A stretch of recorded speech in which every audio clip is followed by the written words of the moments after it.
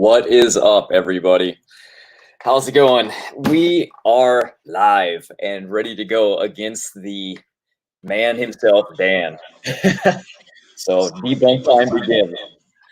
That's right. So we're going to start a new series here. We'll do an episode whenever we feel is necessary. And to our faithful viewers as well, if you ever come across a critic or a video with some arguments or challenges, let us know, and we'll do an episode debunking the debunkers. Today is going to be Dr. Dan Cardinale. The way we're going to do it, no ad hominem. We're going to focus on his arguments. We're going to take this seriously, and we're going to show where he's wrong, where he may misrepresent. That goes for any critic. To begin with, we've had some discussions with Dan. We've had him on many times. He's been respectful. We've had some good talks, but he's been wrong on many things, especially in regards to, his so-called evidence for macroevolution and his objections to molecular clocks. So that's kind of what we're going to touch on today, as well as we're going to hit the molecular clocks probably in the most detail, and we should have all of this done within the hour. So let's see who we've got in the chat. We got Honesty Angel. Good to see you. God bless. Ashley. Logical, plausible, probable. Good job in your debate today. You're still undefeated, brother.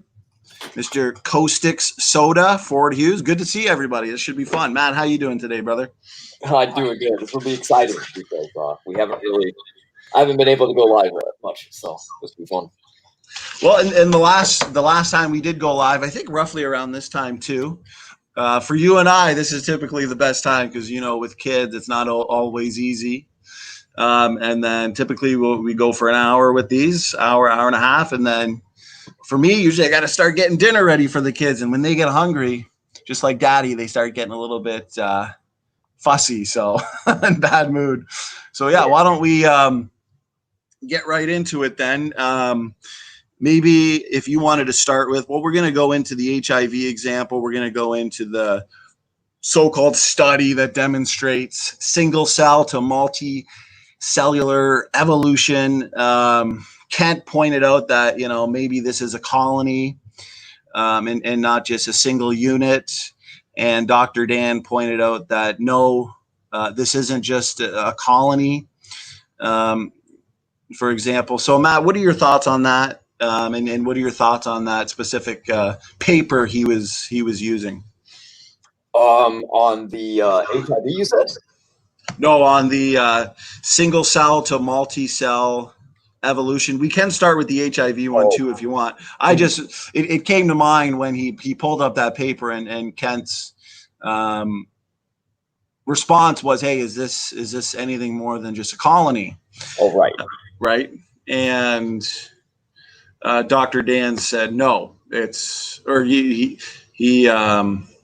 purported that it's more than just basic colonies forming, right? It's actually multi-celled evolution in real time. So what are your thoughts on that, brother? Yeah, basically the clumping has already been seen before. They basically even have adhesion genes. So you're telling me that these things aren't designed when they are actually functioning in the capacity and the way that they are actually designed to function. It seems like not very good critical thinking. Think about colonies, for example. They're like a struggle because they're basically trying to say that in regard to reproduction, basically, they would usually use like one queen. That's a mate, right? Anything that leaves the colony will die.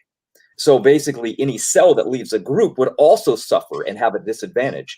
Freeloaders always expend more resources and energy because they don't help the group. So obviously, protection from predators and harsh environments would allow these things to come together and unify, and they have those genes. Dan can infer that these things didn't have that capacity, but that's all it would be, is just an assumption going back in time. What we do see is that they clump. They've always been clumping since they've been actually investigating these things, and they do it out of not just necessity, but part of their actual functions. So that's what I really don't understand, is like basically they have an adaptive response that arises because of their environment and their interactions with each other.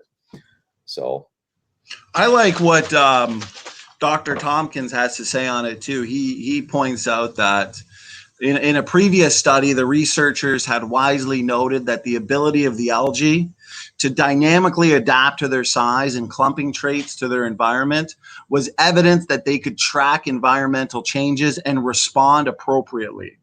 And he points out that this new study, these examples in the algae, is just another example of what creationists and the intelligent design advocates call continuous environmental tracking, which is a hallmark of built-in engineered adaptability.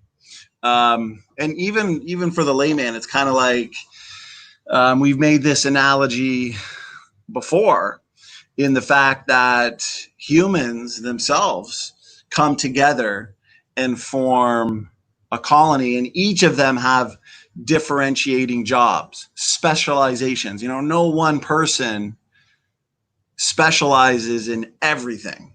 You've got different jobs for different people where they've come together as not a single organism, but a single unit, essentially, where they're working together and they're nearly dependent on each other as well. But that's not an example of them all coming together as one single organism. So there has been articles and responses to this example. So it just seems like this clumping behavior is an adaptive response that occurs as a result of its interaction with its environment. So, and any thoughts on that, Matt? No, that's exactly what that's what I've gained from looking and researching through all the different stuff. Is it's nothing special. It's kind of what they've been doing is what they've always done. And I would imagine that, I guess, because he wants to say that going back in time, they were doing the same thing, that I guess the next step would be possible. So I'm guessing he's viewing this as step one. Therefore, step 2, 3, 4, 5, 6, 7, 8, 9 are possible. So, well, you were pointing out that these globs of algae that are documented here have also been documented in other studies. Like, this is nothing new, this adaptive abilities of the algae, right? Right, exactly. They've seen this from a long time ago. It's nothing new. It's they've just been documenting it more because they realize, like, hey, we can use this as a really good piece of evidence for evolution. Discount the rest and just say that this is an absolute proof of observable evolution, when in reality it's just a news headline. And given what we know about adaptation, to environments and mutations that lead to these types of changes, most of the times it's due to losses of information. So I like how Dr. Tompkins points out that the fact that some isolates express the trait permanently likely meant that a loss of information had occurred, just like we typically see. He points out that perhaps a mutation of a gene occurred in the adaptive response pathway, enabling them to cycle back and forth between clumping and free living. So this isn't all it's made out to be. Well, as you know, the news articles like to jump on things. They did the same thing with Linsky's experiment. They jumped on, this is proof of evolution. It's the best examples we have. They're like visual proof of evolution occurring. Then years later, now we're using it as our evidence. Right, exactly. Okay, let's go to the HIV one that we've heard numerous times. That actually the first I've had it used on me many times as well. David Neff in our first debate, he used that example. So Matt, what are your thoughts on that? Is that a novel example of the type of evolution necessary to take that single-celled organism into a whale over time? Well, no, because if you think about it, what is the SIV that's actually in the monkeys? When they've tested all 40 species, they've actually found that they all contain it. And when it jumps and moves into something else, the mutation is harmful to that organism. So to say that, yes, it macroevolved, into something that's now killing the new organism. You know what I mean? It's horrible when it jumps into chimpanzees because of the CD4T cell depletion that occurs. And then when it jumps into humans, it advances into AIDS. So it's even worse the more it moves and jumps around.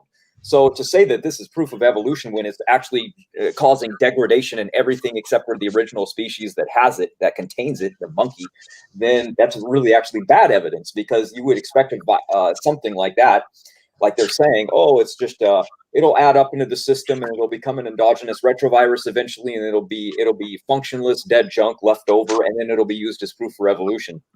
But yet, what do we see? Exact opposite.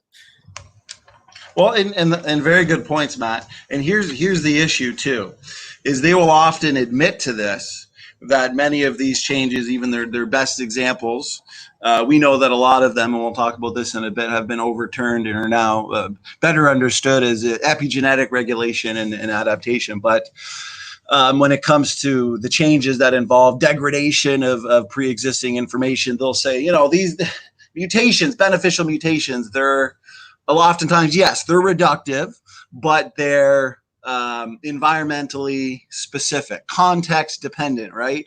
Deleterious and bad in one environment, but good in another. So they're pointing out that, there's a trade-off when it comes to mutations, adaptation, beneficial mutations, for example. That's why the real question comes down to, is this trade-off sustainable? Because they are admitting, yes, loss of information occurs. Generally, most of these are due to reduction in genetic complexity, genetic information. These so-called adaptations are functionally compromising to the organism. But the answer to that question is the trade-off sustainable? We've covered it over and over again. Clearly it's not, because so many deleterious mutations are pouring into the genome that one or two rare beneficial mutations that occur are not going to compensate for the relentless influx of all those deleterious mutations. Do you think that that would be logical, a logical conclusion, right, Matt? Well, you would think so. I mean, consider it like this. If we tell them, you know, where you're seeing like kind of reductive evolution, and they go, well, evolution doesn't have to move in a linear progression. Evolution can do anything. It can go in any direction. It's like, yes, we understand that. But your model, looking at the past, shows a tree of linear evolution. So just because it can do anything today doesn't mean it did it in the past. You see the problem that they're having, the difference that we see? They need it to be linear. They have to have it be linear. That's what their model shows and tells us. It doesn't matter what it has to do today. It's what it did do in the past. So losing information doesn't bring you from pond scum to people. Exactly what you said. Right. You know, and that's the thing. These proponents of evolution will agree that organisms typically lose information and break pre-existing systems for adaptive purposes. But overall, this is reductive, of course. And oftentimes we can see this in the Lenski experiment, like you talked about earlier. This short-term adaptation is oftentimes long-term degeneration. When you're losing genes short-term for adaptive purposes, that's long-term degeneration. So with the long-term experiment on E. coli bacteria, it's demonstrated nothing more than reductive evolution. Yes, there's been some beneficial mutations that have occurred, but the fact is, what they are finding is that most of the time, the bacteria are knocking out pre-existing genes and pre-existing functional systems. Like we said before, for the purposes of short-term adaptation. So this is all genetic degeneration. And the fact that they always want to point to the concept, which is a false concept, that, you know, the mutations are context specific, there's a trade-off happening. The thing is, the trade-off really is not sustainable. Nothing new is being observed to be added to the genome, leading to a novel phenotype. They often want to look to the phenotype. Hey, look what's going on the phenotype. No, we got to look at the genotype level, and that's when you really find out what's going on. Where did these genes come from, for example? You know, evolutionists are always offering these types of examples in a desperate attempt to demonstrate evolutionary philosophy, because that's exactly what it is. When in fact, you look at the genotype level and you see that it is reductive. And we agree that these mutations and these changes are context specific. They are environmentally specific sometimes. Bad in one environment, good in another, environmentally dependent, I should say. We agree with that, but overall, there's a reduction. You know, even if you got one novel change, everywhere else in the genome, you're accumulating all these deleterious mutations.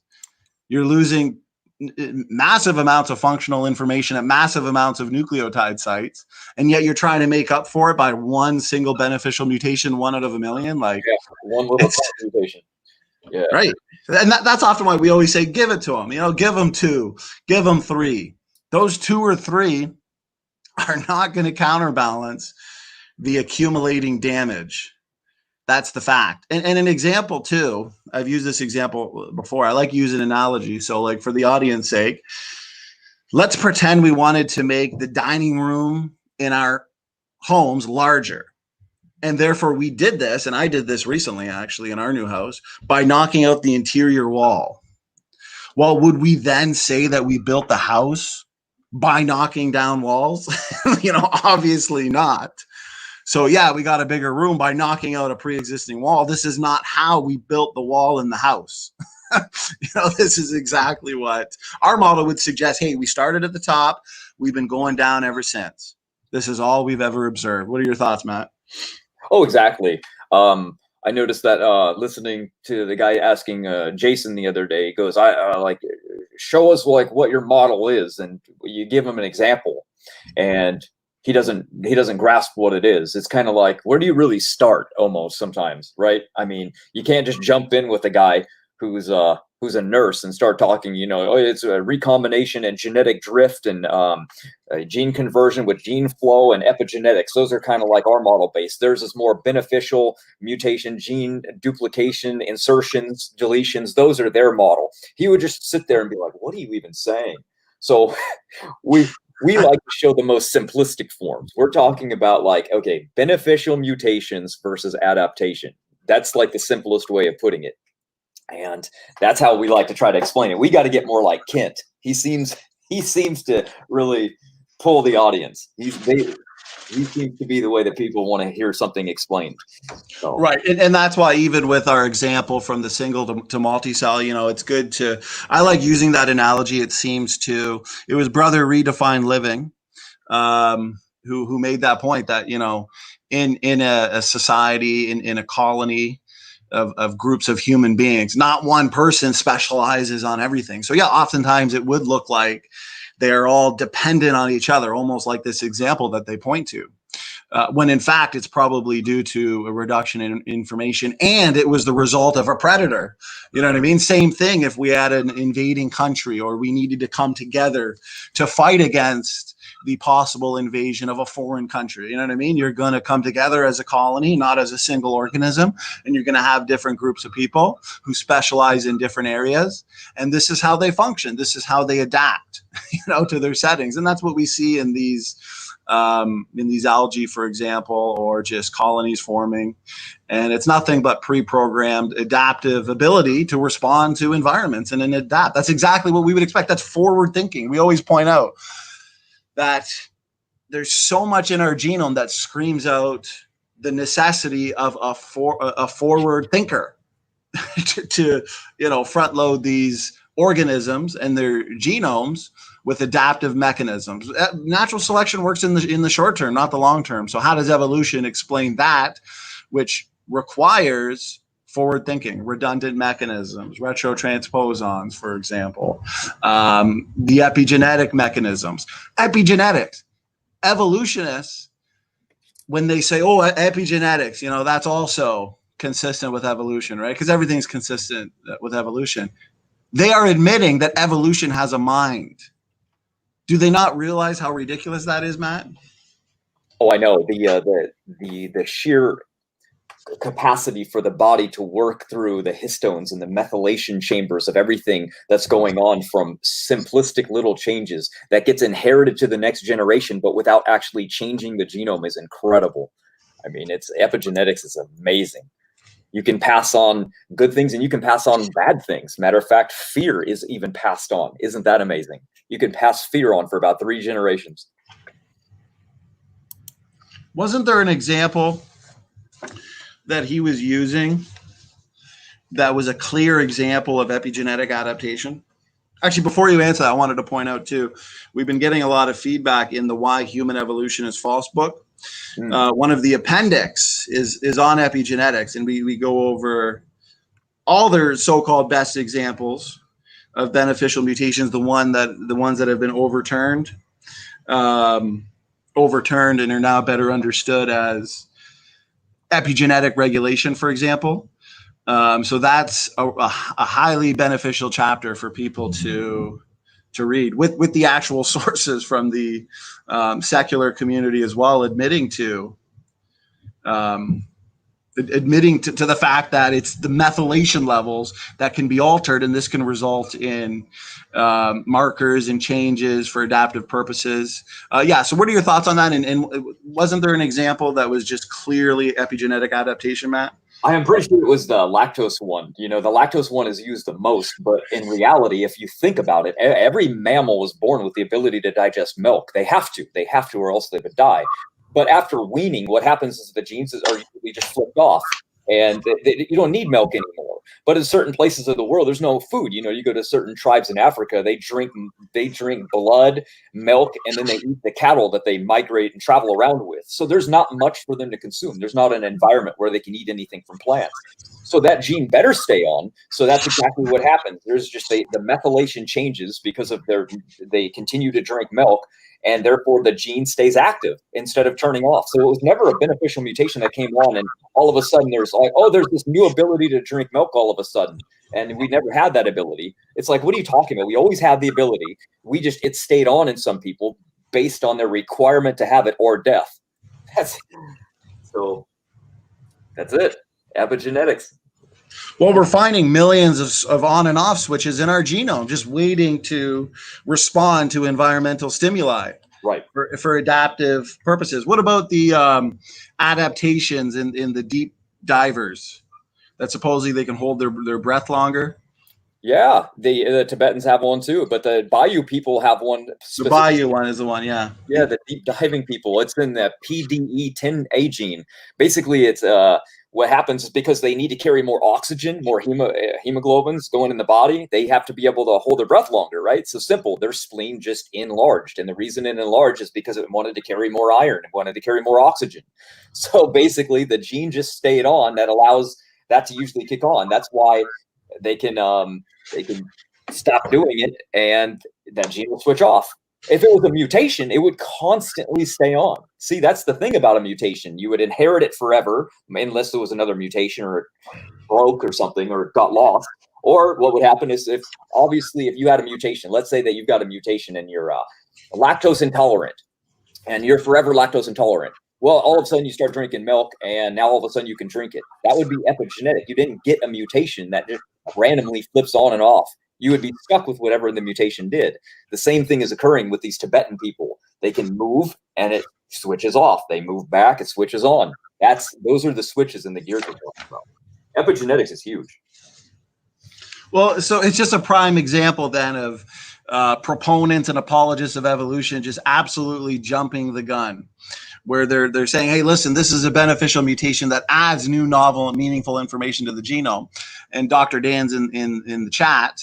And like we said before, we just treat these arguments seriously. It's not about ad hominems. He's given us some good challenges that we can look into and refute, although we have kind of refuted the same ones over and over again. But we got nothing against him. It's just we're showing where he's wrong regarding these examples, because he's asking, what about epigenetics is inconsistent with evolution? Well, here's the thing. Epigenetics, these types of changes that are clearly the result of built-in adaptive mechanisms. I mean, just a simple chemical switch that, bam, activates a gene that already has the pre-existing function built in. So oftentimes these evolutionists, they're dogmatic to the point where they don't actually have the ability to see that those types of changes are not going to take a single-celled ancestor billions of years ago into a whale. Billions of years ago, they start as a single-celled ancestor, evolves into a multi-celled ancestor, into a fish, an amphibian, a reptile, a mammal, a monkey, a bird.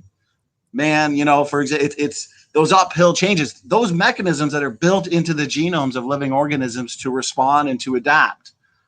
Where did those come from? What type of processes involve that which requires forward thinking? Evolutionists that say epigenetics is consistent, and then you can add whatever your thoughts too, this is just my thoughts, consistent with evolutionary theory, you're saying that evolution has a mind. Evolution doesn't have a mind. You got natural selection acting upon random variation. For the most part, it's an unguided process. But that's not what we see. We see a mind. What are your thoughts on his question about why epigenetics doesn't fit in with evolution?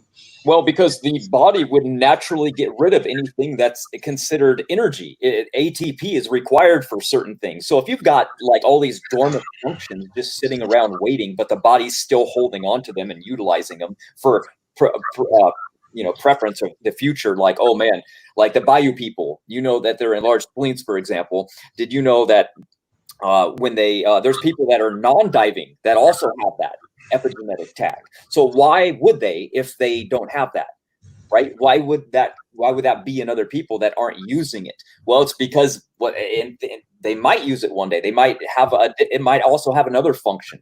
So we're learning all these redundancies, these built-in backup mechanisms, and these other switches that are built in, stored by the body and used, and energy is given to them.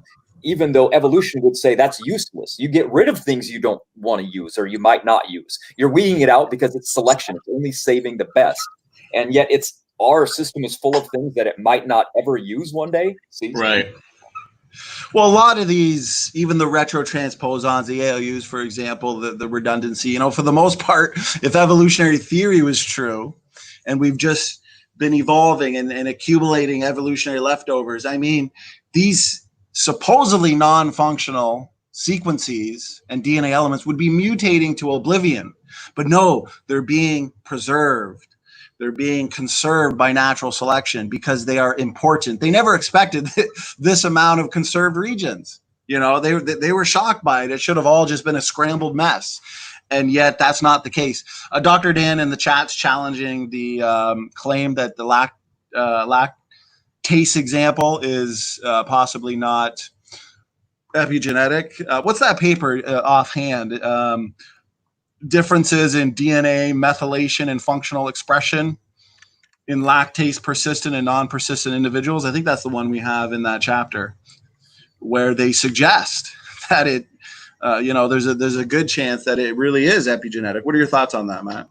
Yeah, we added just a new one to yours as well. It's a 2019 study. I forget the name of it right now, but I just added it to your book for all the people that wanted to get the Kindle version. And it's the same thing. They went through it and they checked all the different genes and they wanted to figure out which one are these connected to, because they found the MCM6 gene and the LTC genes. They thought that those were the main ones. There were about 6 that were associated with it, but the 2019 study narrowed it down to one specific gene in general that allows it to flip on and off based on methylation factors. I'll have to find it. I put it in your book. Yeah, because Dr. Dan posted a paper in the chat. I asked him what year it was. The independent introduction of 2 lactase persistence alleles in human population reflects different history of adaptation to milk culture. But yeah, as you were saying, the secularists themselves are discovering that the lactose tolerance is indeed regulated by epigenetic mechanisms such as methylation levels of MCM6 and LCT genes. So, and that more recent paper too that's the thing. A lot of the overturning of these so-called beneficial mutations are occurring recently because epigenetics, above and beyond the genome, that's relatively, I don't want to say it's new, but it's not as understood. There's just so much more than just your linear sequence of genes in the genome. There's so much more. There's so many more levels, right, Matt? Oh yeah, for sure. I mean, that's the whole thing about it. Like every time they investigated, remember those things were automatically assumed to all be beneficial mutations. That was it. And now, they looked into the bone density. They looked into all of them. I mean, they're like, oh, I guess that was epigenetic. So it's kind of funny that they, like you said earlier, they just jumped on it and immediately assumed these are all beneficial mutations. It's because they need them to be beneficial mutations. If the only handful that they have aren't, then that looks even worse for evolution because they need so many examples and they can't find any. I mean, there are always these little tiny point mutations here and there. How's that going to drive fish to think, man? Yeah, exactly. Well, it's why Dan Grahr had to conclude that, under 20%, I think he said 25%, and we cover this in Why Human Evolution is False in great detail, but max 25% of the genome is functional. Probably under 10, he says, because if the majority is functional, like we've pointed out, even if 10% was functional, that's still 10 harmful mutations, accumulating from generation to generation. Well, even he admits if ENCODE is right, evolution is wrong, because that's far too many deleterious mutations that are just degenerating our information systems. Therefore, you get a 1 or 2 beneficial mutations. I think Lenski revealed that they're roughly 1 in a million.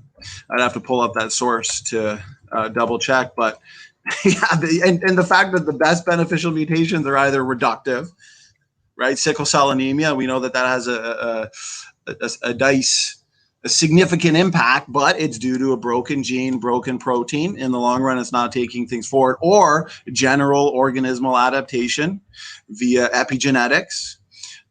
So yeah, you can have 1 or 2 beneficial mutations. You can argue all day But the fact is, they're far too, here it is. Long-term E. coli experiment work shows that the rate of beneficial mutations is less than 1 per million. That's why they need to hold on to the junk DNA paradigm. Because, and that's the thing, they'll often say, like, natural selection, purifying selection. Like, we agree natural selection will get rid of the worst deleterious mutations. It's, it's a fine-tuning mechanism, keeping the species as strong as it can be, and it's going to amplify your best beneficial mutations. Sure, it's going to amplify some of these adaptations, but it's the nearly neutral ones, the low impact ones, they're the ones accumulating. Natural selection can't see them. So even the thing is, you can give them the strongest selection too, but that no selection zone will still only undergo degeneration the more that functional the genome is. So, but I don't want us to spend too much time on this this one example. Do you? I think you wanted to touch on, was it the apple maggot fly, or I know there's a couple more you wanted to touch on real quick before the maybe feathers from reptile skin, and then we'll jump into the molecular clocks. Yeah, sure. Yeah, the apple maggot fly is an interesting one, because if you think about like what they did and what they lived, the hawthorn is the tree that the apple maggot fly came from. They lived on the hawthorn tree and they ate from it, and I believe that the flies had about a 40-day maturity level that was on that tree before they would have their offspring. But then that was when they were on the apples. And then I guess they liked the hawthorn berry more. They could smell it better. And so they flew over to that tree, but that tree takes like 60 days to mature. So what happened is that's an extra 20 days difference. So what happened is they had a little speciation event, and now they can no longer mate with each other. So the flies basically living on the hawthorn, they smelled the apple tree, and I guess they migrated to that one. And because it was 20 days less, that their genetics adapted to the seasonal differences. So basically there was another population that came from that based on, they like that smell more. So now they don't even go back to the hawthorn tree. One, probably because it takes more days to mature. So the apple has more food more often, being at 40 days. And then so there was just a speciation event. And so now they can no longer mate with one another. And that all of a sudden now proves that common ancestor, that maggot fly, was a bacteria.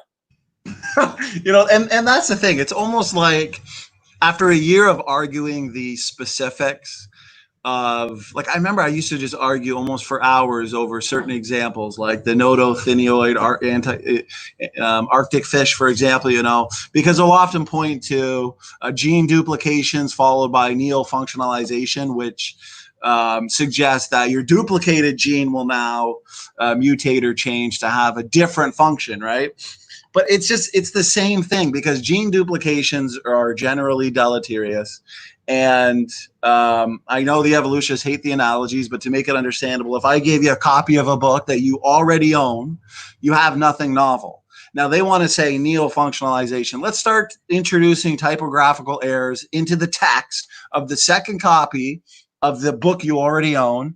That's only going to further degenerate the book, the message overall. You're not getting anything novel. And even if you did, like we said, even if you do get one or two truly adaptive events, ultimately the entire genome is still accumulating genetic load. It's still degenerating in numerous other ways. So gene duplication and followed by neofunctionalization is not going to take your fish to fisherman. And if you're duplicating a gene or some gene sequences that have already accumulated, just think about it, just common sense. You get a gene duplication of a gene that's already been accumulating deleterious mutations over time. And evolutionists explain all genetic diversity as a result of mutation over time and genetic mistakes. Now you're only speeding up the degeneration process. So yeah, sometimes it almost seems like a waste just arguing about the your one or two examples that you can point to, that they can point to, because the question does become, and you've seen Dr. Dan say it many times, that there's reductions in information, but it's environmentally dependent and there's a trade-off. Okay, let's go to the real question then. Is the trade-off sustainable? And that's where you can get into reason X, Y, and Z why it's not. And that's the most important part of it all. So is that it on the Apple Maggot Fly, or was there another one you wanted to jump to as well, brother? Yeah, because I didn't know how much longer you had, so yeah, we'll just move on. I mean, we can get into the next one. What was that? You mentioned where lizards give birth to eggs and get living young at the same time. I would say easy. Just jump to the next logical conclusion then and ask yourself, what were the offspring? How different were they from the parent or even their own brothers and sisters that either were hatched or laid, right? The answer is nothing. There was no difference between them. Nothing. There's no real difference between the offspring and the parent, nor between themselves. They were just born in a different way. So if they are exactly the same, what is the big deal about the ability to have different births? I just don't see it. Right. So once again, that's where it comes down to the trade-off. But the fact that the majority of adaptations we see are just general organismal adaptation. Gene duplications are universally deleterious, Dr. Dan, because like I said, if you're accumulating mutations over time, a duplication is only going to speed up the process. But Matt, how many documented diseases and disorders are the result of gene duplication? A lot. That's not natural for an organism. That type of change in the genotype often time reflects on a bad phenotype. So that doesn't really. Plus, there's not really anything novel in those situations. But just because we don't want to spend too much more time on those examples, do you have anything else to say on that before we jump into molecular clocks? Oh no, I love the molecular clock one. I mean, there's other things, but we can do it in another video. Right. I mean, we could go on and on for hours on those specific topics. The appendix in Why Human Evolution is False on Epigenetics goes through numerous examples in incredible detail. So definitely check that out. But let's go to the molecular clocks real quick, as well as the paper that Dr. Dan has provided for us. But from what I've seen, Dr. Dan reminds me of Dr. Herman Mayes in his line of reasoning and his argumentation, because though I'm going to try and explain this the best way I can to represent both of them, since they're both kind of similar, but because we'll point out to observed mutation rates, the empirical method, and the question is the deep time, is the geologic column. Therefore, we're not going to calibrate the dates and assume the deep time. So when we look at these pedigree-based studies, the mutation rates from parent to offspring take us back just 6,000 years for the mitochondrial DNA and 4,500 years for the Y chromosome. For Y chromosome, no. But they'll say if you get mutation rates from the pedigrees, they start out really high. And they'll say the reason for this is because a lot of the mutations you measure are things that will eventually get weeded out over time, okay? So, for example, I've heard Dr. Herman Mayes say this before, that if you measure mutations parent to offspring, like I just iterated, you're not actually getting any mutations that were lethal, okay? And by lethal, think of a mutation that resulted in the death of a zygote. Right. So obviously those are not getting passed on. So, their argument is essentially that this will overestimate the mutation rate. And therefore, what we need to use in order to get an accurate mutation rate, and you've heard this just through Dr. Dan and myself, we've had some extensive discussions on this, they'll point to substitution rates. And they will say that this should be used for phylogenetics. Actually, I find oftentimes, like I know when Dr. Dan and I have discussed, sometimes you take for granted that everybody understands what a substitution rate is. Well, substitution rate are just the rates at which genes in the population spread to fixation. If I'm wrong, and Dr. Dan's in the chat, maybe you can correct me. But yeah, it's just the rates at which genes in the population spread to fixation. Okay, so as we measure mutation rates in pedigree-based studies, which they do admit is very high, Dr. Dan has admitted to this, mitochondrial DNA mutation rates are high.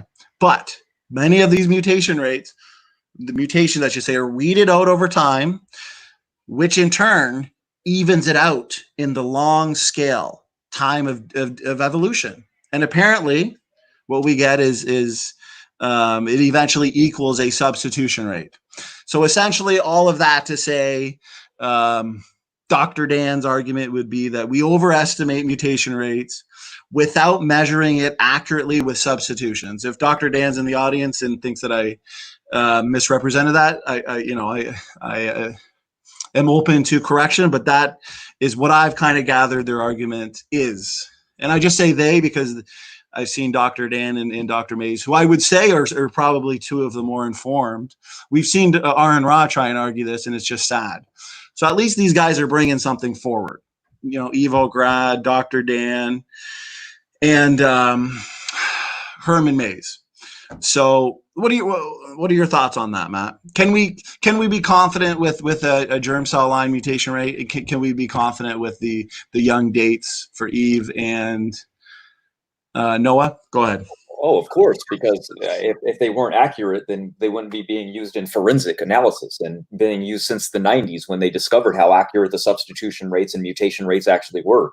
And they're not just true for like, oh, well, it was one study. They did multiple studies. Matter of fact, they did so many that they eventually abandoned these types of studies because they were not in favor of evolution. So they said, we need another clock. We just have to deal with something else. These pedigree studies are a thorn in our side. So they've had multiple things, even Condershoff's book, right? Well, Matt, let me stop you right there real quick, just so he doesn't think that we're dodging anything. Now, I've answered this question many times in my discussion with him. Let's pretend he's here right now. Dr. Dan says the problem is that Jensen doesn't consider the somatic to germline bottleneck. How would you respond? I would say, well, what does somatic have to do with anything? We have somatic mutations that are building up a little bit differently in everybody. If I'm an alcoholic and I slam drugs every single day, my somatic mutations are going to be building more than yours if you're healthier and younger. And right. It doesn't matter because they're not passed on. How can I equate that to say, well, that's constant? How can I make a mutation rate out of that? You can't. It's all over the place. It's going to be crazy. Some people are going to have a slower mutation rate. Others will have it fast. There's no testable predictions on that. There's nothing that can flow from somatic, and it's not inheritable. So that's why they're not looked at. That's why Jensen's like, yeah, who cares? Somatic is just per person. Let's look at what's actually inheritable, look at multiple generations, and get something that's sustainable so I can make a prediction on. So what if Dr. Dan were to say, well, when Jensen is looking at what he believes is the germ cell line mutation rate, what he's really looking at is a somatic mutation rate, because Jensen isn't accounting for the somatic versus the germ cell line mutations. It just depends on the study too. Remember, looking at just one. So like, let's say that I'm looking at I'm doing a health study and I'm looking at a person and I go, well, they have a lot of somatic mutations built up. Okay, well, let's see what the average somatic mutation is per person. And I guess you could build something off of that, although it would be really hard. Because like I said, there would be a lot to contend with. So if Jensen added somatic mutations to his list, then that, you know what that means, right?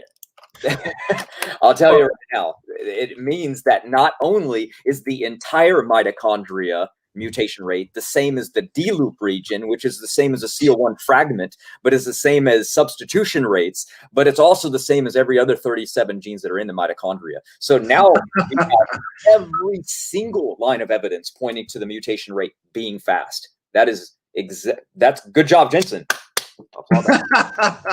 Right. It helped them even more. But it comes down to the fact because we know somatic mutations are not passed on. It's that which is germ cell line. We can be confident, especially regarding everything you just said, with the corroborating data from all the multiple of independent data sets on mitochondrial DNA mutation rate studies that corroborate that we do have a germ cell line mutation rate. And Dr. Jensen is so confident that he's making testable predictions that are coming true. He's having fantastic results in the Y chromosome, for example, with his history of civilization. He's detecting genetic signatures in the mitochondrial DNA. This is what I find they never address. They'll just say, oh, Dr. Jensen's lying. So I'm guessing that they just have to say this is coincidence, that his predictions and that are flowing from the mutation rate and his work and his research. It's just coincidence that it's working so well. I don't know. I've never actually seen them address it. They seem to just ignore it, especially the history of civilization. If these DNA differences really do reflect only 4,500 years, we should be able to detect signatures in the Y chromosome, the mitochondrial DNA, and we can. So I don't know. I still haven't seen a rebuttal to any of that from any of them, and they're free to write up a paper or an article on that. But just saying, oh, he's lying, well, then you're just saying that his predictions are just coincidental and lucky. I don't know. That doesn't seem like a good argument to me. But yeah, that's what Dr. Dan was saying in the chat. So I wanted to play devil's advocate there. So I apologize, Matt, just to leave everything, no stone unturned. Go ahead with what you were saying earlier, brother, and I won't interrupt. Oh, no problem. I was going to say, let's jump into a study that he gave you during a live debate one time. I liked it. I was like, okay, let's jump over. Now there's something to talk about. Want me to do it? Yeah, brother. I'll leave it to you on that one. I'll be on mute for a second. Go ahead. Okay. Hold on. I got to jump over. Screen share. Don't know what I'm doing. I guess you can see my screen. Okay. So here's the study up here. I guess I can post it after this. It's called Correcting or Purifying Selection, an Improved Human Mitochondrial Clock. Do you notice that? Even the title is biased, right? Because it says it's correcting purifying selection and it's improving the mitochondrial clock. What's wrong with it? Oh, that's right. It disproves evolution. That's the problem with it. So basically, the study presumed that a long time ago and far away, basically once upon a time, purifying selection was better than it was today and good enough to remove these non-selectable mutations from the coding regions of mtDNA. The study immediately shows it's biased in stating that the observed linear clocks we see today are problematic. It says it right here. Why are they problematic? Because these are the actual observed rates right here, starting with how, going all the way down, looking at substitution rates and mutation rates of the mitochondria itself. And then here we notice the next problem with the study. Divergent time of human and chimpanzee. What a shocker. Like all typical evolutionary bias mutation rates, they immediately infer that there was a human split. Oh, so right here, essentially evolution to prove evolution. Add in those numbers and poof, you can prove evolution. Here, look, they even admit that they not only used archaeology for dating, but you can see on the line below it that they even assume that the assumption, it is based on the assumption. Notice that? Oh, look at that. What a shocker. Here we go again. I'll just leave that there. So I'll stop scrolling so people can read it. How is this not biased? It's not. Now, the one rebuttal that Dr. Dan would have to this is, I guess, once to leave no stone unturned, like we've been doing. Okay. And I believe we are demonstrating that we can be confident with a germ cell line mutation rate, and they have to calibrate. There's assumptions, but he'll say that paper involves testing against specific recorded historical events. Okay, well, that means that is in recent history. Recent history doesn't include a split from human and chimpanzee. Therefore, you need a mathematical model based on something to start with. And we'll get to that because this article says, and they admit, they need a starting point. And their starting point is right here. Right. It's right there. Yeah, that's how I was going to respond too. So yeah, that's good. Keep going, brother. All right. Remember what we say. Anytime you see the word phylogenetic, it's made up trash. That's what we believe because it's assumption based. A model is built to prove its own model. And what do they say in the study? We constructed phylogenetic trees by using the reduced medium algorithm, basically phylogeny. So we use observed, predictable, testable mutation rates. That's it. How many predictions are in the study? Remember, Dan said that they're made, right? Okay, well, guess what? The word was found one time. Here, I'll prove it. Here's the study. Let's type in prediction, shall we? Oh, look at that, one time. Right. Yeah, this was in response to, because I've had so many debates with Erica, with Dr. Stefan Frello, with, I mean, you name it, RJ Downard. And I've always asked, okay, fine. Actually, most of them don't even really use the arguments of substitution rates, somatic mutations. Typically, they're not up to date enough to use that arguments, but they'll just kind of say, oh, Dr. Jensen's wrong. And that's okay. Well, what kind of testable predictions can you make? And they'll admit that they can't because there's too many assumptions, there's too many inferences, there's too many factors. And I say, okay, well, Dr. Nathaniel Jensen's making predictions on the history of civilization. He's making predictions on mutation rates in people groups in Africa, the Khoisan peoples, where their mutation rate is not yet known. So Dr. Dan, he's the first whoever actually insinuated that, yeah, we've made predictions, we can make predictions. And this was the prediction. So just to give the background information, what are your thoughts? Is it really a prediction as we're looking for there, Brother Matt? No, they're using, first of all, this would be a retrodiction. They're making a prediction about what the past was like. And it was a prediction by one person who you'll see soon is this guy right here. And he actually was trying to predict that selection must be weeding out mutations in the past. So that's what they've done. They basically taken this guy's old prediction, which I believe was 2005, and they said, oh, we're correcting it using his model of purifying selection to improve the human mitochondrial clock. And they tell this guy, it's not a new prediction. It's not on the future. It's not like they can say, well, yeah, it was different in the past and now it's the same, but it'll change again, and we're going to make a prediction on that. Are they making predictions at how effective natural selection and purifying selection has to be? Are they giving numbers? Are they giving, it just sounds like it's a retrodiction. It doesn't, it sounds like they have to assume population sizes. They still have to assume some type of population history, assume natural selection is effective enough at weeding it out. Like you said, purify. So I don't see any of those predictions there. I don't know. Do you? No, there's none in the study. Basically what they've done is they've, not in this model, but here's what they do. They take a number and then they believe like, okay, if we need to line up this human mutation rate with the phylogeny, that basically the fossil record. So what we're going to do is we're going to take a baseline. Well, I'm going to stop you right there just to play devil's advocate, because this is a funny one. And we like you, Dr. Dan. Nice guy. We've enjoyed our discussions, but this was kind of a weak response, but I'll pretend to be him. Here's his response to everything we're saying. Wait, I'm sorry. So you think selection doesn't exist or doesn't operate or something? How would you respond?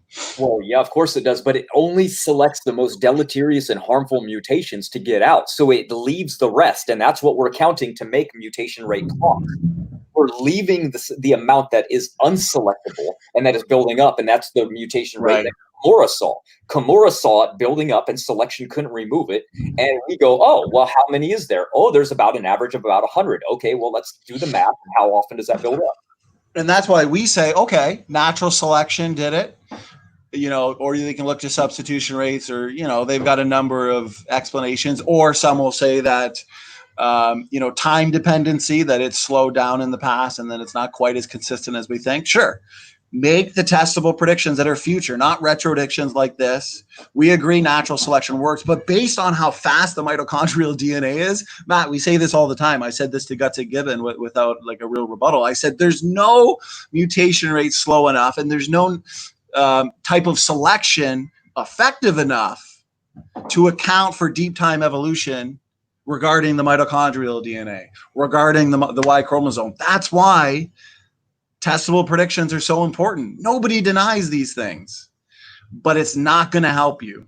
Even if there were a few, even if you gave them the benefit of the doubt with heteroplasmy and with somatic cell line mutations, it's still not going to help. I mean, they need to invoke mutation rates 20 times faster than is observed. They need to invoke selection status much more effective than we see in the present.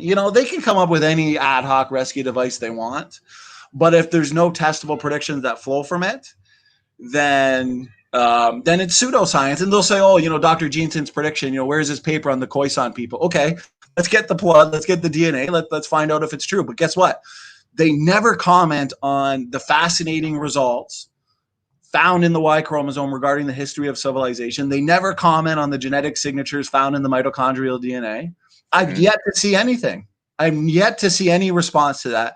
And anytime I say, hey, look, Dr. Jensen's incredibly detailed in his, it's got to be a 23 or 24 part series on the history of civilization, detecting these signatures using population sizes, population genetics, and other factors. But the thing is, if these DNA differences, like we said before, only go back 4,500 years, then these historical events should hypothetically be detected. But if deep time evolution is true, okay, and humans evolved, slowly over time from the Australopithecines, eventually Homo erectus, eventually Homo sapiens, and the out of Africa story is true, well, then the last 4,500 years is nothing. You got a needle, that 4,500 years is just the very little tip. It's so insignificant compared to the rest of evolutionary history. Therefore, it should be nothing but a scrambled mess. You can't detect any signatures, but he is detecting signatures. So either he's lying or he's lucky. That's your only two options, for them. But for us, no, the predictions are working because the model is accurate. And that's how you do science. So go ahead, Matt. I just wanted to point that out. And it's not just working in humans. You got to realize they've done pedigree studies on multiple animals, and they've never found a creature alive that was unable to say, like, wow, these mutation rates aren't building up. Maybe selection's more powerful in this creature or more powerful in that one. The mutation rate clocks all show the consistency. And that's what Jensen said. I'll challenge anybody. Let's go out, pick an animal, a fox, whatever, and make your prediction on it. I'll make mine. We'll see which one is true. Right. You got it. Well, and typically we did this response video after I had a couple of discussions with, we probably talked at least with our two hangouts, Dr. Dan and I probably discussed mutation rates in Jensen for well over an hour. So we've touched on all this. So that's why, I felt, okay, now's a decent time to, because I like to give them, the chance to defend themselves, I guess, and provide their objection. So I said this to him a couple times. I said, okay, for one, if Jensen's studies, if there's so many glaring omissions like he's saying, why are they working so well? That's one.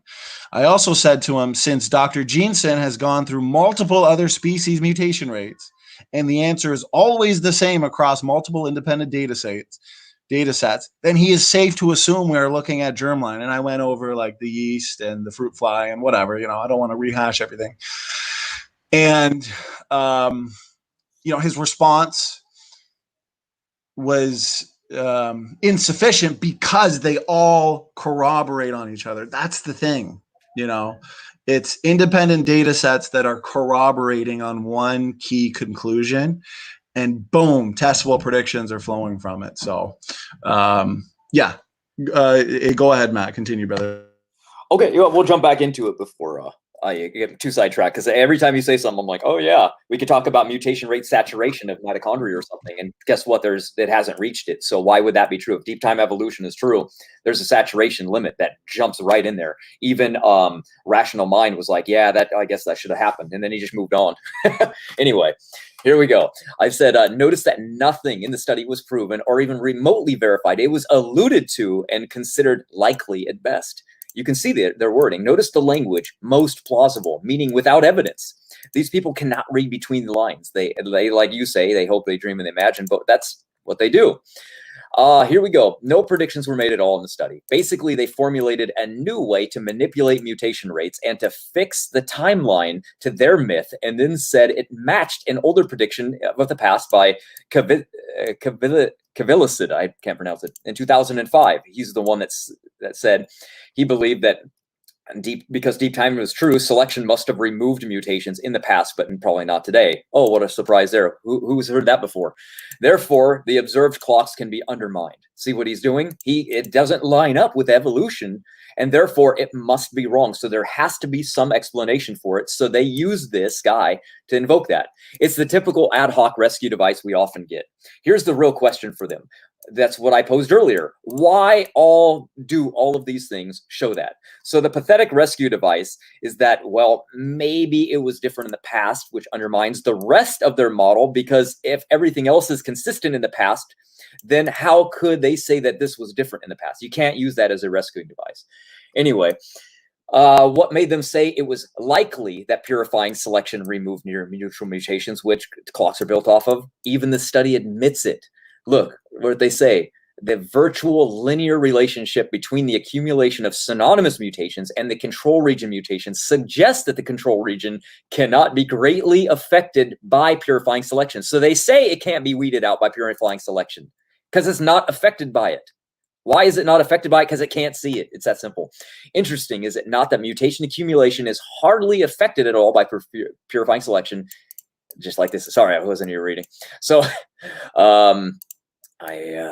I just write what I think sometimes, so I'm repeating myself because I'm just thinking out loud. So again, the exact opposite of what they are claiming in the very study to be true. This is why they invoke that maybe saturation of the control region for mutations must have happened in the past and then it got weeded out. But that way they can try to invoke that the mutation rate was again discounted entirely in favor of phylogeny rates, which they need to be true. But here's the problem. Deep down, they know that saturation cannot provide the major explanations for increase in the ratios of synonymous mutations in the empty DNA trees or higher ages. So they invoke purifying selection as their rescuing device for that, which is why they mentioned, I really need to learn how to pronounce this guy's name, Kivislid, in the study. That is what they proposed must be the case. Basically, the gradual continuous removal of lineages containing weakly deleterious mutations in other classes through purifying selection. So now you see, and everyone else can see, this is why they invoke purifying selection with the probability of the D-loop saturation. This is why the study is called the improved molecular clock, because they believe that they have two rescue devices now that can prove phylogeny. So instead of one rescuing devices, they linked two of them and then wrote a whole study on it. Isn't that real science?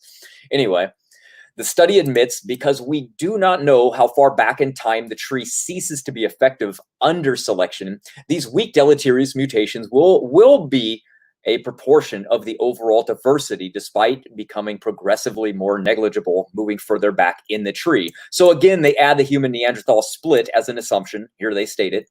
And then they jump back to the human evolution ape split. So there you go again, evolution to prove evolution. How can they even, you can see that they admit again, several assumptions are necessary. Wait, I thought you said that they didn't need a starting assumption to begin with. You absolutely do when you're going to have a mutation rate. And now you can see with your very own eyes they're correct. They have removed the observational rate in exchange for a fantasy, a hypothetical human divergent of the past, a model built to prove a model, using evolution to prove evolution, and all to obtain the results desired. They invented a population required to make a clock work. It's called bootstrapping. And then that's what they've done here by correcting the observed overall. What do you mean correcting? It didn't need it. It's so good that the FBI are still using it. Anyway, here they have to say that the numbers would be even better if, wait a minute, where's that if coming from?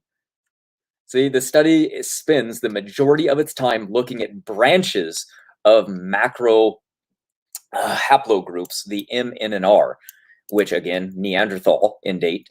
So they're looking at these things to obtain a date so they can go off, so they can make their time-dependent clock. This way, they can assume a mutation rate that they need to match their evolutionary tree. Look, assuming an overall intrinsic mutation rate of the past. Assumption again. How can they honestly invoke purifying selection when the study even admits that purifying selection doesn't even act on it? That's what confuses me. Take away the evolutionary assumption, the entire study wouldn't even exist. This entire thing is garbage without evolution already existing as their base study. It is filled with nothing but estimates and guesses and hypotheticals and assumptions. If you type Control F and look up the word estimate, it is used 122 times. Look at it. Well, that's the wrong one. What the heck? Look at that. Insane estimate. Anyway, so they're stating how many times is assumption used. Look at this. And remember, this is the best one they got, apparently. Yeah, this is what debunks this. This is what kills that creation right here, this study, the assumption model. You will notice that in the study, they need a calibration point to even make a mutation rate possible. You notice that? How is that? So do you see? They need to admit that there is a starting point for their model to even work, which is a pure assumption model proof of evotarism. Take away that, and you have the observed rates. Add in the assumptions, and you get studies like this: evolution proving evolution.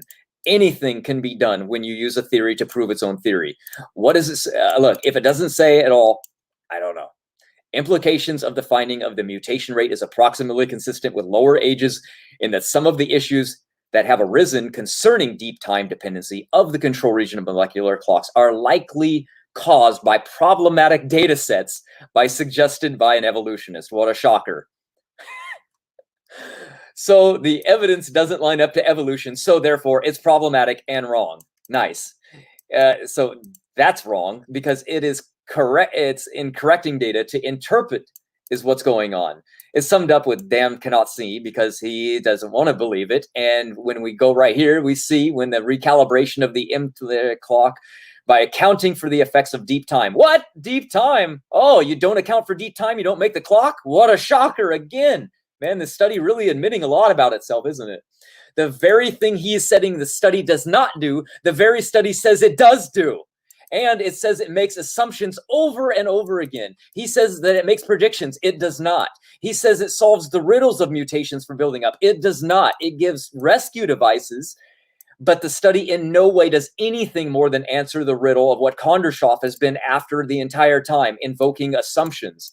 The study even admits that removing mutation rates, they found that were too fast in particular, right here. I guess I could read it. We excluded mutation rates at this position because the mutation rates at this side were so disproportionately fast in comparison to the rest of the mutation rate. So when they... Here's my prediction. Here's what I say. So even when they found the mutation rate was fast in this region, they discounted it and ignored it. Why? I promise you that if that region was slow, they would have immediately counted it as evidence. This, again, shows you the bias that these people are under and how blindly they want to look at it.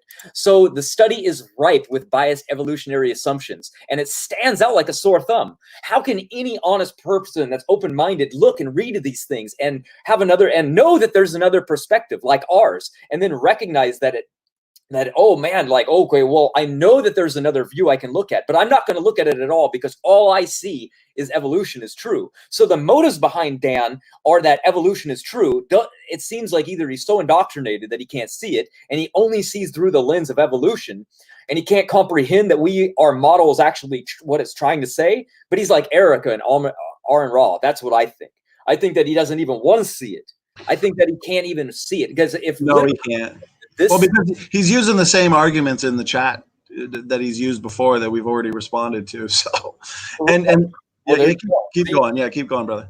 No, that's all I'm saying is like literally if he can stand back and see that we state this and that it must be not true because of this when we've explained it multiple times. Right. I don't get it. I just don't. I mean, how many times does a study say assumption?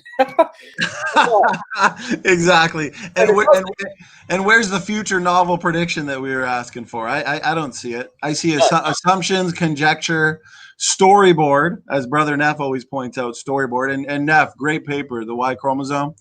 70% dissimilar between chimps and humans and evolved through gene loss. Devolving equals evolving. So Brother Neff was pointing that out in the chat. He's so right. Nice. Well, I just wanted to show you guys because literally everything he told you in that debate is wrong. Everything he said the study said, it doesn't say. So in the story, I'm done. Well, yeah, that was an amazing write-up to that paper, incredibly detailed. Anybody interested in it, we'll send it to them. Oh, good. Here, yeah, I'll put it right there now. Actually. And remember, this is proof, okay? Because after how many debates with some of their so-called best, asking them, hearing every rescue device in the book and asking them, what testable prediction can you make? And they admit they can't. And now Dr. Dan comes with this. So obviously he's seen those debates and thought, oh, okay, I'll show him up. Gives this prediction. I stated I predict that paper is not what you say it was, and there you go, another confirmed testable prediction by a creationist because it wasn't. And he said just now, I got to find it. Darn, let me see. He said the same argument. Oh, here we go. He said the same argument he said to me in that chat. He said yeast don't have germlines; they are unicellular. Because I was saying that why do mitochondrial DNA clock point towards a young Earth and reject a millions of years time scale for every other species in which the mitochondrial DNA mutation rate has been measured. And that's what he said. And he just said it again because I was pointing out that in the fruit fly, the roundworm, the water flea, and the yeast, which we know that those mitochondrial mutation rate studies were germ cell line, genealogically related individuals because they were over several generations. So by definition, those studies measure germ cell line mutations, and I told him that, not somatic ones. That's his problem, somatic. Right. And that was his response. But here's the thing: what he's saying, he doesn't even realize is better for us because he's saying, yeast is unicellular, fruit flies are this, and he's almost trying to say that it's not. But guess what? That's the whole point. It's all different forms of life that agree strongly with each other on a fast mutation rate alongside the humans. Yeah, that's a good thing that we're looking at yeast, fruit flies, roundworm. We're looking at humans. We're looking at all sorts of life. So his argument, it just falls flat on his face, and it just makes me wonder if on this specific issue, if he wants to talk again on it, make a response video and we'll respond back because there's only so many times you can explain to somebody why we have an accurate germ cell line mutation. It points to a recent common ancestor, Adam and Eve, for example, and testable predictions are flowing. You're gonna have to do better if this is the best arguments that they have. So, go ahead, Matt. Yeah, I agree, man. It's like saying, okay, I read because Jensen, as you know, is vague in his book about mutation rates, and he does talk about the somatic mutation rate that he did and he got from one study. So therefore, they think, oh well, Jensen looking at a fast mutation rate just to get results that he wanted. Therefore, Jensen is lying. Can never say his name right. So therefore he's wrong. It's like, look, you can go to the back of the book and actually continue to read multiple sources where he's actually obtained his mutation rate from. Just because he linked one doesn't mean that that's all that he looked at. So he's not really lying. He's just showed a brief thing because remember, his book is massive. Right. And he's only going to touch on certain subjects for a brief amount of time. He can explain. Right. It's what it's true. Yeah. So that's it. I mean, we've seen that with with the books that you can just buy Kindle for the most part, you can fit more stuff on there. But you and I have seen that with, even for my, Why Human Evolution is False book, I've got it up to 209 pages. I can't fit any more in it with the studies, with the color. It's way too expensive to print. Yeah, it's totally. Not only that, it's getting too expensive for the audience to print out the book. It's almost $28 to print the thing. I mean, and we laugh about it, I had one atheist accuse us, we're in it for the money. It's like, if you've seen, the dollar or two we would even get per book, we're doing this for people to get the word out. And that's why in Why Human Evolution is False, I've got like 4 detailed pages on the back of all incredible sources where certain things in the book where they might think they have a rebuttal to, you can find the answer in the resources section. That's typically what a resources section is for. We're not going to make a 1,000-page book, but yeah, like you said, and Dr. Jensen does the same. And then they don't go look at the resources section where there is an answer, and they accuse him of ignoring natural selection, substitution rates. That is proof they haven't actually read the book. And if they have, they've probably just skimmed through it and then ignored the resources section. Yeah, exactly. Hey, I got it. One. This will be a twist for people. How about this? I'm gonna share a picture, and I want you to talk about it if you want. Hold on. We can start right here. Yeah. There we go. So that I was getting called out on the Lyell footprint. Oh, can't you see? That's intermediate between ape and human, transitional. Oh, really? Okay, there's the Lyell footprint right there. There's a chimp. Lucy's about 3 or 4 feet tall, which we document. There's a human feet. That footprint's about 10 or 11 inches.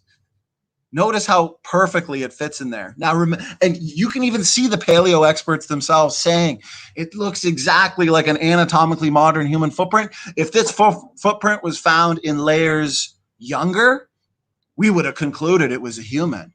But we know humans weren't around 6 million years ago with the Australopithecines. That can't be human.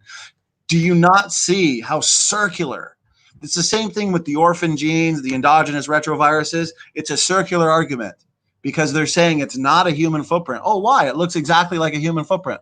Well, don't you know? Humans weren't around with the Australopithecines 6 million years ago, so it can't be. So it's a circle because they can't question the worldview and the paradigm.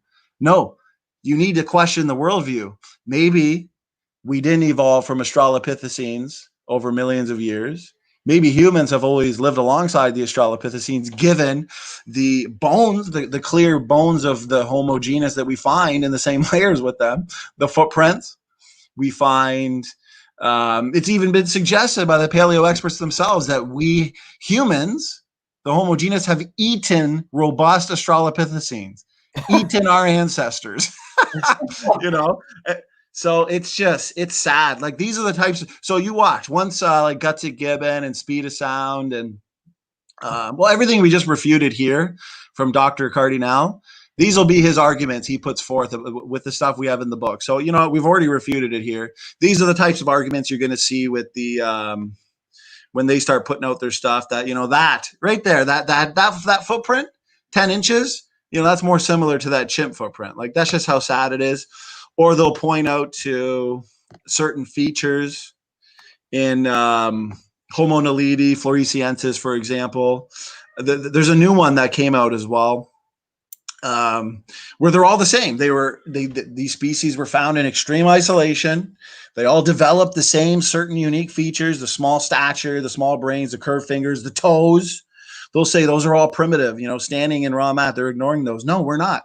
Those can all result from accelerated genetic degeneration due to isolation and inbreeding. So we're just going to go on record here that, yeah, a lot of these arguments that we already know are coming have already been addressed, and we're not just going to waste all our time responding to them. So this one was very informative. And yeah, exactly. There you go. There's our ancestors. There's the Crete footprints. Yeah. Those little... and they fight so hard against the Crete footprints. Okay, fine. What about the Laetoli ones? Oh, well, you know, they've done study after study that, you know, because it's a desperate attempt to avoid the obvious. So, yeah, they're in a really, really bad spot. And I'm sure we're going to get some good laughs over the incoming rebuttals that we've already addressed over and over again. So this is my favorite. This is one of mine. This is Lucy. This is her walking around. They said she walked on 2 feet and she lived on the ground. This is the reality. She fell out of a tree and died. So I love this because nothing exposes their story more than the actual evidence itself. So to say that she died out of a tree, yeah, and we've got that in that book too. Yeah, we do. Well, that footprint one where we show the human footprint next to it, I didn't have that in the original edition. I talked about the Laetoli footprints, for example, the footprints in Crete. So that was a rebuttal I heard, and I just rolled my eyes. I said, "You got to be kidding me!" So I went in and added that because I was so annoyed. But I'm not adding anymore because, you know, it's already long enough. But these are just the types of, I just wanted to show them, we wanted to show them how silly it is to say that that is not a human footprint. But that's the type of arguments that are coming, you know, bring them on. Yeah, real tough, huh? Yeah, it's going to, we're just going to have to tap out. Evolution's right. So, you know, I wanted us to get it. We've actually been going, once again, another hour and a half. It's been good. I know I've got kids I got to cook dinner for. I wanted to go into the Y chromosome a little bit more, but you know what? This is already a lot for them to have to debunk. We'll go into the Y chromosome and the 4,500 years worth of mutations that have accumulated and the genetic stamps that are being discovered. We'll go over that one another day. Okay, sounds good. Yeah, he's going to have a hell of a time defending that worthless study. You know? But that's the one that destroys young Earth creation, guys. That's it. We're done. We're finished. Yep, we're finished now. Man, that assumption myth, that's going to be hard to break down. And here's another one, you know, because I like to say mutation rates, you know, for the most part, they're consistent. You know, we can use the consistent mutation rates and we can get an ancestor with Eve and they're fast, consistently fast. in the Y chromosome mitochondrial DNA. We get a Y chromosome Noah ancestor of 4,500 years and a mitochondrial DNA ancestor Eve of 6,000. Now, they'll often, like I know in my debate with the Guts of Gibbon, she kept saying, her only rebuttal was, Jensen, he assumes constant. Yet one of his predictions, and I called her out in this, I kind of yelled in that moment, but it was kind of irritating me because he's saying there's a possibility that some of these African people groups mutate faster. And he's also saying that the Neanderthals and some of your so-called ancient humans, they may have been, as we say, mutating lineages post-Babel. Well, guess what? Then it's not as constant. Their argument of just constant. We acknowledge there are certain circumstances like inbreeding subpopulations like Naledi and Erectus and Floresiensis, where, you're going to get more mutations. You're going to get more mutations to fixation. But for the most part, they're consistent. We have a solid germ cell line mutation rate that takes us back just to what the Bible says too. Matt, why does it even go back to just 6,000 years like the Bible says? Why wasn't it why was it so consistent with what the Word of God says? And why is it so inconsistent with anything in the evolutionary model? What bottleneck was 4,500 years ago for the Y chromosome Adam and in the evolutionary model? And what bottleneck was for all human beings in general with mitochondrial Eve 6,500 years ago? Nothing. But yet that's what those dates point to. So not only do we have something that completely contradicts their model, but it just randomly lands on ours. Yeah, sure. Yeah, exactly. So randomly lands on ours. And then Dr. Dan and Dr. Mays, they and Evograd, they say, Dr. Jensen is omitting so many things, but yet all his predictions are working so well. So that's just coincidence. That's a lucky guess as well. So it kind of shows you that obviously no amount of evidence is going, at least now they're starting to say, like I actually had a debate with T-Jump, do creationists make testable predictions? The fact that he still held so aggressively to the fact that they don't, we do. They've been made, they've been confirmed. There's future ones right now at play. Dr. Dan will admit that with Jensen. He'll just say Jensen is wrong, even though some have already been confirmed. So I don't know. It just seems like it's in one ear and out the other a lot of the times, eh, Matt? Desperation, dude. It's just such desperation at this point. Like literally you're fighting observable, testable, repeatable, and future predictions by being made. Like literally you're fighting against reality because right. That's and you say that we're the people that live in fantasy land. That's a good one. That's sweet. That is sweet. Yeah, exactly. Well, we've pointed out too that if you have a problem with, Jensen's mutation rates and the studies he's looking at and some of his conclusions, well, then they have a problem with the world's leading science journals. Yeah, which are publishing, because they'll often point to like triads and stuff. Well, dyads and triad results, we've pointed out, you can find this in our documents, have been performed on autosomal mutation rates. And there's very little difference between the two. Like it's so much just corroborates, on what we're saying that it's, trust me, if it was so inconsistent, there wouldn't be any testable predictions flowing from it. That's for certain. Right. So this has been a good one, actually. I think we were really comprehensive. We're going to do more of these guys, debunking the debunkers. Any questions, let us know. Brother George, I just saw your comment. I was reading the Kindle version of Human Evolution is False. Awesome. Let us know what you think about it. If you got any questions or anything, let us know. Email us. If you want the document, Brother Ramat will get it to you. Faithful, Honest, and True. Brother Jason's in there handing out the link. So Alex Cox, good to see you. Good to see everybody, man. I hope you guys enjoyed. Brother Neff, thank you for the kind words in the chat. So yeah, it looks like Ramat and Standing for Truth. Unless you got any last words, man, it looks like we're going to be shutting her down. No, sounds good to me. I mean, that was a good ending. I covered it well. All right, guys. God bless. Good to see you. And we'll do another one of these soon. Yeah. Till next time.